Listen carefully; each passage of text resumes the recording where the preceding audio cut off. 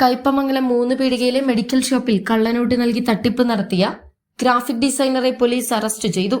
പാവർട്ടി നവോദയ നഗർ സ്വദേശി 39 വയസ്സുള്ള ജസ്റ്റിനെയാണ് Kaipamangalam police arrest ചെയ്തത്.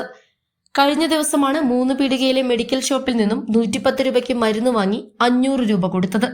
നോട്ടിൽ സംശയം തോന്നിയ കടയുടമ ഇയാളെ ചോദ്യം ചെയ്തെങ്കിലും നോട്ട് മാറിയില്ലെങ്കിൽ ഈ നമ്പറിൽ വിളിച്ചാൽ മതിയെന്നും പറഞ്ഞ് മൊബൈൽ നമ്പർ നൽകി ഇയാൾ കടന്നു കളയുകയായിരുന്നു.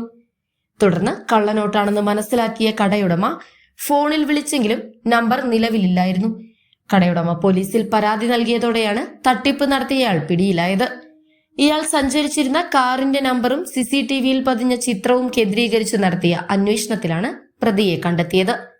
പാവർട്ടിയിലെ ഇയാളുടെ സ്ഥാപനത്തിൽ നിന്ന് 12,500ന്റെ കള്ളനോട്ടും മുദ്രപേപ്പറിൽ പ്രിന്റ് ചെയ്ത് 500ന്റെ നോട്ടുകളും കണ്ടെടുത്തു. കള്ളനോട്ട് പ്രിന്റ് ചെയ്യാൻ ഉപയോഗിക്കുന്ന കമ്പ്യൂട്ടറും പ്രിന്റർ അടക്കം കയ്പമംഗലം പോലീസ് കസ്റ്റഡിയിലെടുത്തിട്ടുണ്ട്. 50ന്റെ മുദ്രപേപ്പറിൽ 500ന്റെ 2 നോട്ടുകളാണ് ഇയാൾ പ്രിന്റ് ചെയ്തിരുന്നത്. ഇയാൾ 6 മാസത്തോളമായി ഇത്തരത്തിൽ കള്ളനോട്ട് നിർമ്മിച്ച് കാറിൽ സഞ്ചരിച്ച് ജില്ലയിലെ വിവിധ കടകളിൽ നൽകി മാറിയിട്ടുണ്ടെന്ന് പോലീസ് പറഞ്ഞു. പ്രതിയെ കോടതിയിൽ ഹാജരാക്കി.